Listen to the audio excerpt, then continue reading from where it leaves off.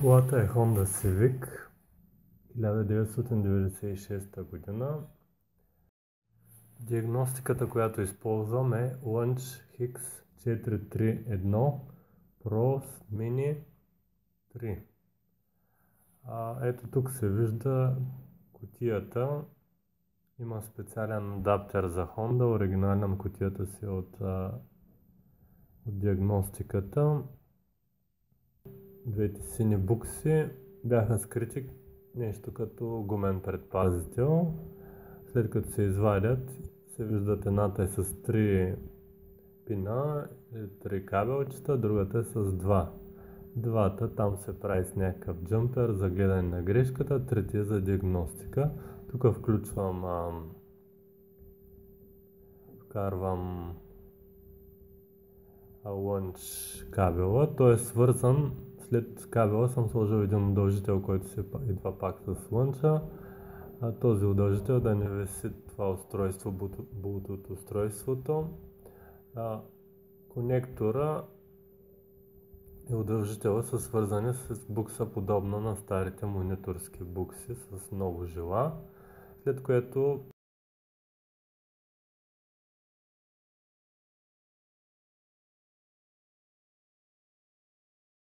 червения е обучителния ключ, казва, че изтрива цялата информация. Когато го завърта, зелената лампичка мига бързо зелено. Оригиналният черен ключ е загубен, нямах второ копие. Този черен ключ е направен с Hexcors устройство от ключар. Направена копия на червения ключ. Има транспондер, но информацията в транспондера е изтрита. След изтриването, когато се покаже на това Hexcors, пак има някакви номера, т.е. пак има някакъв код, но кода не е същия като на червения ключ.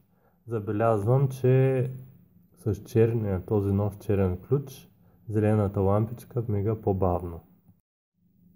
Както при черния, така и при червения ключ, когато се опитам да я запаля, не се чува стартер, никакъв звук не се чува.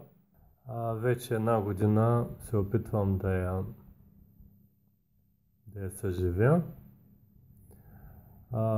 Като цяло карам си я 15, няма още 20 години, но не съм имал никакви проблеми с нея. Съединител, накладки на багажника, амортисьорчета, някакви такива дребни неща. Аз съм си ги оправил винаги. Избираме Honda. Главното меню, тук потвърждаваме.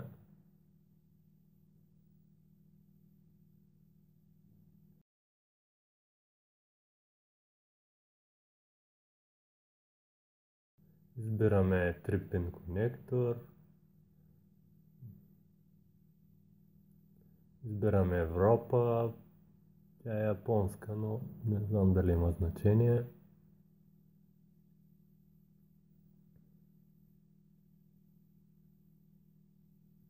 Избираме 1996 година.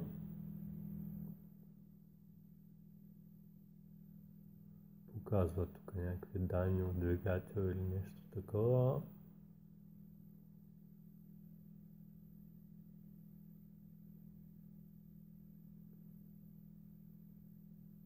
Да изберем системата Immobilizer. Ето го Immobilizer-а.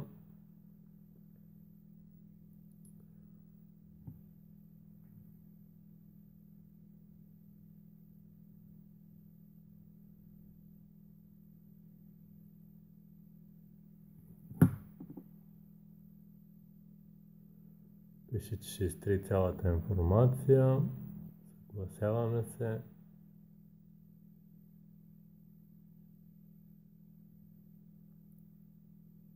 Пише, че трябва да имаме червен ключ, за да стартираме процеса на обучението. Пита колко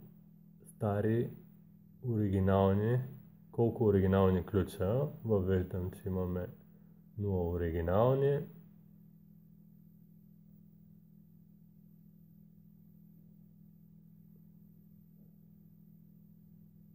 След това пита колко нови ключа искаме да направим. Виждам един.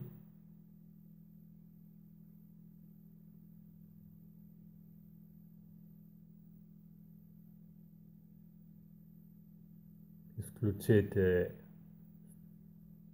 от контакт.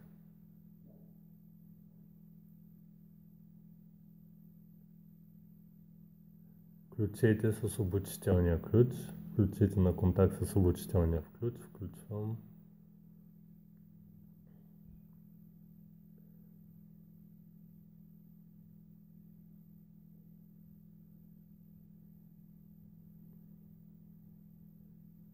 Изключете от контакт в рамките на 15 или там колко секунди дава. Включете на контакт с черния ключ. Пак има секунди, в които трябва да се вкара черния ключ, да се включи на контакт.